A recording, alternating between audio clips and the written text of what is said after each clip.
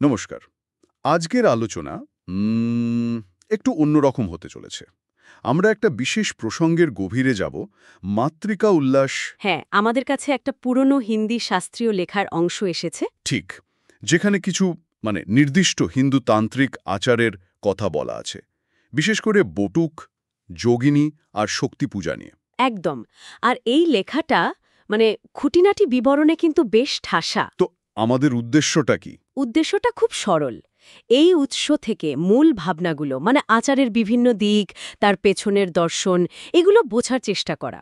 কোনো ব্যক্তিগত মতামত বা পক্ষ নেওয়া নয় কিন্তু। না, একদমই নয়। উৎসে যা আছে সেটাই তুলে ধরা। ঠিক। আর শুরুতেই একটা জিনিস কিন্তু বেশ ইন্টারেস্টিং লাগছে। এই যে বটুক নামে একজন দেবতা, এনাকে এত গুরুত্ব দেওয়া হচ্ছে। হ্যাঁ, বলা হচ্ছে যে তিনি প্রসন্ন না হলে নাকি অন্য কোনো দেবতাই সন্তুষ্ট হন না। ভাবা যায়, বেশ কৌতূহল উদ্দীপক। তো এখান থেকে শুরু করি। হ্যাঁ, করা যাক।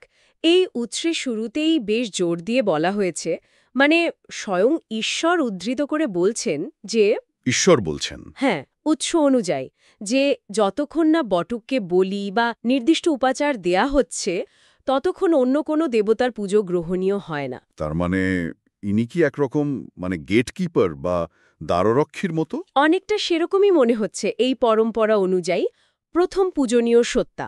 মূল পূজার আগে এনার অনুমতি বা প্রসন্নতাটা জরুরি। জরুরি, এই লেখা অনুযায়ী তো বটেই। এর পেছনের কারণ বা তাৎপর্য কিছু বলা আছে কি? সরাসরি ব্যাখ্যা নেই, তবে এই ধরনের গুহ আচারে এরকম দেখা যায়।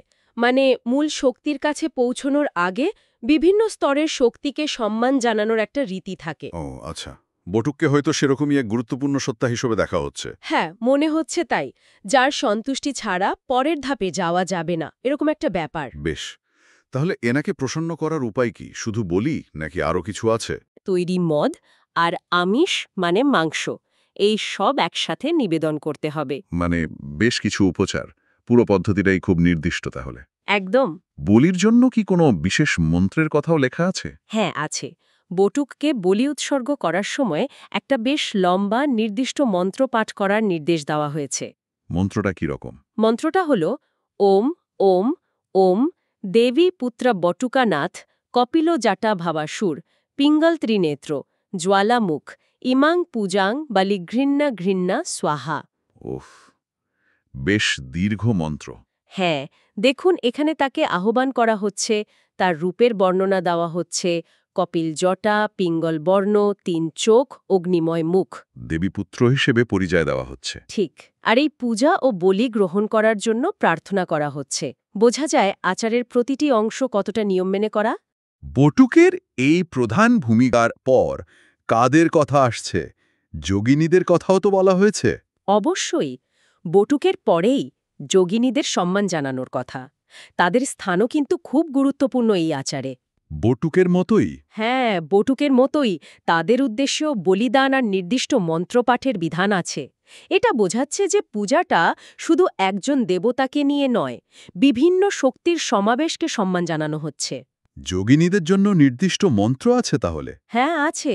যোগিনীদের উদ্দেশ্যে মন্ত্রটা হল ওম ওম ওম সর্বযোগিনীভ্য সর্বভূতহৃৎস্থায় ডাকিনীভ্য শাকিনীভ্য ত্রৈলোক্য নির্বাপনকারিণীভ্য ইমাং পূজাং বলি ঘৃণ্যা ঘৃণ্যা স্বাহা।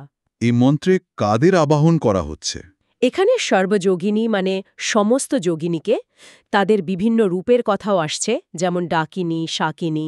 তাদের অবস্থান? বলা হচ্ছে সর্বভূত হৃৎস্থায়, সকল প্রাণীর হৃদয়ে যারা বাস করেন। আর তাদের কাজ? ত্রৈলোক্যী নির্বাপনকারিণীভ্য, ত্রিভুবনের নির্বাপন বা শান্তি স্থাপনকারী, তাদের ব্যাপক প্রভাব আর শক্তির প্রতি সম্মান জানানো হচ্ছে। উৎসে কি আরও বিভিন্ন ধরনের যোগিনীর নাম আছে? হ্যাঁ, কয়েকটা নাম উল্লেখ করা হয়েছে, যেমন রৌদ্রা উগ্র, সৌম্যা শান্ত, খেচরি আকাশচারী, ভূচরী ভূমিচারী, ব্যোমচরী মহাকাশচারী। বাহ, অনেক রকম তো। হ্যাঁ, এই নামগুলো থেকে বোঝা যায় যোগিনী ধারণাটা কত বিচিত্র। প্রকৃতির বিভিন্ন শক্তি, ভাব, চেতনার প্রতীক হিসাবে তাদের ভাবা হয়েছে। মূল কথা হল এদের সকলকেই প্রসন্ন রাখার প্রার্থনা। এই পূজা করার জন্য স্থানের ব্যাপারেও কি কোনো নিয়ম আছে? কোন দিকে কাকে বসানো হবে এরকম কিছু? হ্যাঁ হ্যাঁ, পূজার স্থানের একটা নকশা বা বিন্যাস খুব নির্দিষ্ট করে বলা আছে। কি রকম? উৎস বলছে পূজার বেদির পশ্চিমে থাকবেন যোগিনীরা, উত্তরে বটুক, পূর্বে সর্বভূত সর্বভূত মানে? সকল জীব বা সত্তা, আর দক্ষিণে ক্ষেত্রপাল মানে স্থানের রক্ষক দেবতা। আর কেন্দ্রে? কেন্দ্রে থাকবেন রাজরাজেশ্বর বা রাজরাজেশ্বরী মানে প্রধান উপাস্য দেবতা বা দেবী। এই দিক নির্দেশনার হয়তো কোনো প্রতীকীয় অর্থ আছে, কে জানে। হতে পারে প্রতিটি দিক হয়তো বিশেষ কোনো তত্ত্বের প্রতীক। সম্ভবত। আর এই বিভিন্ন দেবতাকে উৎসর্গ করার সময় বিশেষ রকম আঙ্গুলের ব্যবহার বা হস্তমুদ্রার কথাও তো বলা হয়েছে। এটা কিন্তু খুব ইন্টারেস্টিং। হ্যাঁ, হস্তমুদ্রা তো এই ধরনের আচারের একটা জরুরি অংশ। তার মানে এখানে শুধু মন্ত্র বা মন নয়, শরীরকেও ব্যবহার করা হচ্ছে নির্দিষ্ট পদ্ধতিতে। একদম ঠিক। উৎস বলছে নিবেদনের সময় ঠিক মুদ্রা ব্যবহার করতে হবে, যেমন বটুককে উৎসর্গ করার সময় অঙ্কুশ প্রণামিকা মুদ্রা। আঙ্কুশ প্রণামিকা, সেটা কি রকম? সম্ভবত তর্জনী আর অনামিকা দিয়ে তৈরি কিছু একটা হবে। যোগিনীদের জন্য তর্জনী, মধ্যমা, অনামা, অঙ্গুষ্ঠ এই 4টে আঙুল একসাথে। আচ্ছা। সর্বভূতকে নিবেদনের সময় সব আঙুল। ক্ষেত্রপালের জন্য তর্জনী আর কনিষ্ঠা বাদ দিয়ে বাকি 3টে মধ্যমা, অনামা, অঙ্গুষ্ঠ। আর কেন্দ্রের প্রধান দেবতার জন্য? শুধু মধ্যমা আঙ্গুল। এই মুদ্রাগুলোর কি কোনো মানে বা কারণ বলা আছে? না, উৎস সরাসরি ব্যাখ্যা করেনি, তবে সাধারণত তান্ত্রিক আচারে মুদ্রা দিয়ে শক্তি প্রবাহ নিয়ন্ত্রণ করা হয় বা নির্দিষ্ট দেবতার প্রতীক হিসেবে ব্যবহার করা হয়। আচ্ছা আচ্ছা, হয়তো দেবতার প্রকৃতি অনুযায়ী মুদ্রাগুলো ঠিক করা হয়েছে। হতেই পারে, যেমন অঙ্কুশ মুদ্রা হয়তো নিয়ন্ত্রণ বা আকর্ষণের প্রতীক। বটুকের ভূমিকার সঙ্গে মিলছে কিছুটা। তবে এটা আমাদের অনুমান। আচ্ছা, আরেকটা আচারের কথা বলছিলেন, কুলদীপ জ্বালানো। এই জিনিসটা কি? কুলদীপ হলো একটা বিশেষ প্রদীপ জ্বালানোর রীতি। উৎস বলছে কনেক বা ময়দা দিয়ে ডমরুর মতো দেখতে 4টে বড় প্রদীপ বানাতে হবে। ডমরুর মতো 4টে? হ্যাঁ, তারপর সেগুলোকে ঘি দিয়ে ভরে জ্বালাতে হবে। কেন 4টে বা কেন ডমরু আকৃতি তার ব্যাখ্যা নেই। হয়তো 4টে মানে 4 দিক, বা ডমরু মানে শিব বা সৃষ্টির প্রতীক। হতে পারে। তবে উৎসের বিবরণ অনুযায়ী এটা একটা নির্দিষ্ট নিয়ম। ঠিক। বেশ, এবার যদি আমরা মূল শক্তি পূজার দিকে যাই, এই লেখায় স্বশক্তি বা বীর শক্তির পূজার কথা বলা হয়েছে। এটা কাদের জন্য? হ্যাঁ, এখানে বলা হয়েছে যদি পূজার কেন্দ্রে থাকা শক্তি মানে স্বশক্তি বা বীর শক্তি, তিনি যদি কুলজ্ঞা বা দুর্জ্ঞা হন, তবে তার বিশেষ পূজা করতে হবে। কুলগিয়া বা দুর্গিয়া মানে কোনো বিশেষ স্তর বা দীক্ষা? সম্ভবত তাই। সাধিকার আধ্যাত্মিক স্তর বা বিশেষ জ্ঞান বা দীক্ষাপ্রাপ্ত অবস্থা বোঝাচ্ছে। উৎস পরিষ্কার বলেনি, তবে বোঝা যাচ্ছে এটা সবার জন্য নয়, বিশেষ যোগ্যতা দরকার। এই বিশেষ পূজার পদ্ধতিটা কিরকম? তাকে গন্ধ, ফুল, বিশেষ ভোগপাত্র এসব নিবেদন করার কথা বলা হয়েছে। আর শুধু তাই নয়, উপস্থিত কুমারী মেয়েদের আর শ্রীগণ শ্রীগণ অন্যান্য উপস্থিত শ্রদ্ধেয় নারীদেরও আলাদা করে পূজা আর পাত্র নিবেদনের কথা বলা হয়েছে। এটা কিন্তু নারী শক্তির উপাসনার গুরুত্বটা তুলে ধরে। ঠিক। এই অংশে একটা খুব সুন্দর প্রার্থনা মন্ত্র আছে দেখলাম। নিজের সব কাজ দেবীর চরণে সঁপে দেওয়ার কথা বলা হচ্ছে। জ্ঞানত বাপি জন্ময়া ক্রিয়তে সদা তৎ সর্বমিদং সর্বমিতি মাতা নমস্তবমে। এর মানেটা কি দাঁড়ায়? সরল অর্থ হল, হে মা, আমি জেনে বা না জেনে সবসময় যা কিছু করি সে সবই তোমারই, এই ভেবেই তোমাকে প্রণাম। এটা একটা গভীর আত্মসমর্পণের ভাব। মানে আমি করছি, এই বোধটা ছেড়ে দেওয়া। একদম। সমস্ত কর্মফল দেবীর ইচ্ছার উপর ছেড়ে দেওয়া।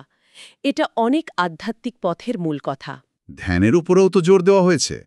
কোথায় বা কিভাবে ধ্যান করতে বলা হয়েছে? হ্যাঁ, ধ্যান একটা জরুরি অংশ। উৎস বলছে প্রথমে হৃদয় কমলে সাবর্ণা দেবীর ধ্যান করতে হবে। সাবর্ণা দেবী? হ্যাঁ, তারপর উচ্ছিষ্ট মার্তণ্ডে কৌলিক মোহিনী দেবীর ধ্যান। এই নামগুলো আর ধ্যানের স্থানগুলো হৃদয় কমল, উচ্ছিষ্ট মার্তণ্ড, এগুলো বেশ গূঢ় অর্থ বহন করে। হয়তো কোনো চক্র বা আধ্যাত্মিক কেন্দ্র। সম্ভবত এই ধ্যানগুলো হয়তো চেতনার বিভিন্ন স্তর খোলার জন্য বা শক্তি জাগরণের জন্য। বিস্তারিত ব্যাখ্যা অবশ্য উৎসে নেই।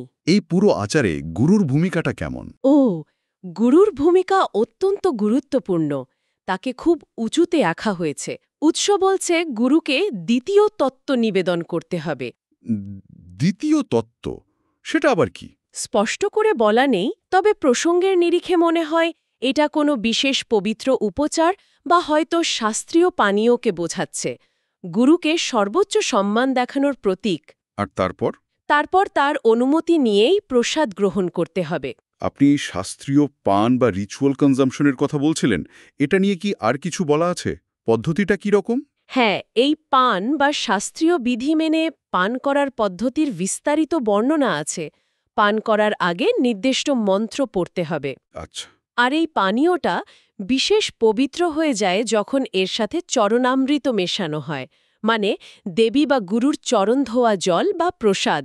তখন তাকে অমৃত বলা হচ্ছে। অমৃত, এর ফল কি?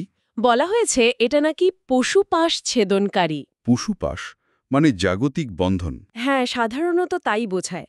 অজ্ঞানতা, মায়া, আসক্তির বন্ধন। এই অমৃত পান সেই বন্ধন কেটে মুক্তি বা পরম ঐশ্বর্য এনে দেয়, এরকম দাবি করা হচ্ছে। এর জন্য একটা মন্ত্র আছে। আধ্যাত্মিক উন্নতির সাথে কি এর কোনো যোগসূত্র দেখানো হয়েছে? হ্যাঁ, এরপরেই মূলাধার চক্রে কুণ্ডলিনী শক্তির ধ্যানের কথা বলা হয়েছে।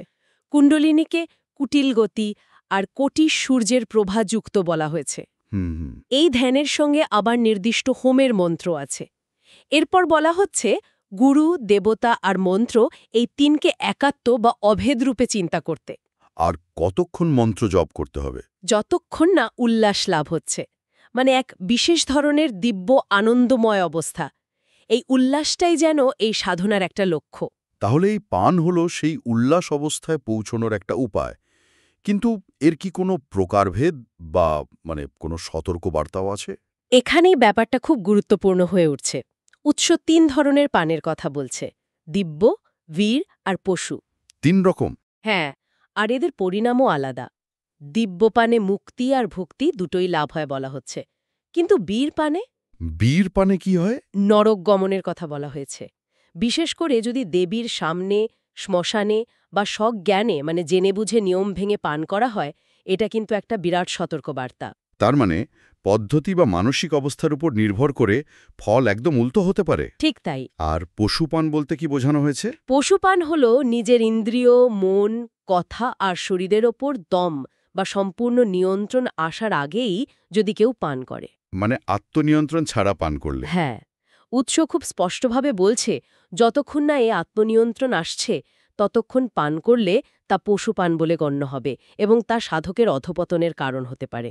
তাহলে এই উৎসের মূল জোরটা কোথায়?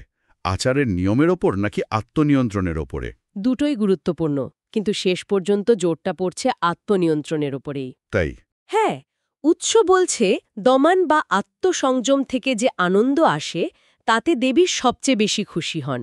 আবার এটাও বলছে যে কুলদ্রব্য, মানে এই শাস্ত্রীয় পানীয় বা উপচার ঠিক বিধি মেনে নিলে তা কুলমার্গে সাধকদের মোক্ষস্বরূপ সুখ বা মুক্তিতুল্য আনন্দ দেয়।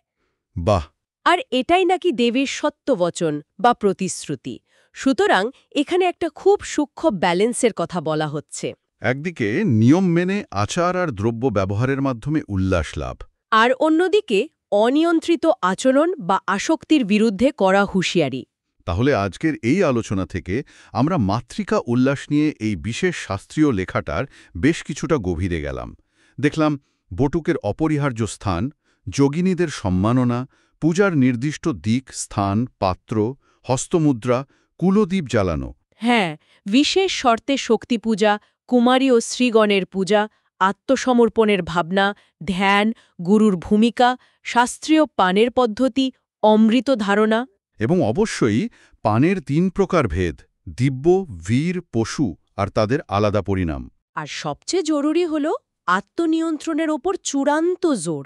নিয়ন্ত্রিত অভ্যাস কিভাবে মুক্তি বা আনন্দের পথে নেয় আর অনিয়ন্ত্রিত আচরণ কিভাবে বিপথে ঠেলে দেয়, এই সতর্ক বার্তাটা এই উৎসের একটা মূল সুর। একদম। আর উৎসটা শেষ হচ্ছে একটা অদ্ভুত প্রশ্ন দিয়ে, তাই না? যেন দেবী নিজেই জিজ্ঞেস করছেন, হে কুলেশানী, তুমি আর কি শুনতে চাও? হ্যাঁ, এটা সত্যিই ভাবায়।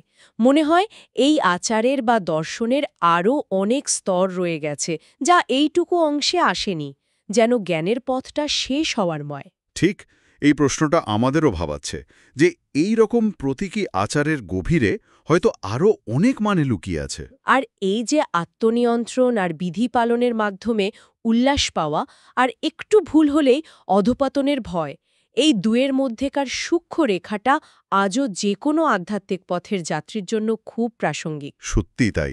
এই নির্দিষ্ট সাধন মার্গ, এর দর্শন, এর প্রতীক, এগুলোর গভীরে আরও জানার, বোঝার অনেক জায়গা রয়ে গেল। লেখাটা যেন সেই গভীরতার দিকে একটা ইশারা। আর মনে হচ্ছে বাহ্যিক আচারের চেয়েও গুরুত্বপূর্ণ হয়ে উঠছে সাধকের ভেতরের অবস্থাটা, তার নিয়ন্ত্রণ, তার লক্ষ্য, সেই উল্লাস বা পরম আনন্দের খোঁজ। এই নিয়ন্ত্রণ আর আনন্দের ভারসাম্য খোঁজাটাই হয়তো এই পথের আসল চ্যালেঞ্জ। এটা নিয়ে সত্যি আরও ভাবা যেতে পারে।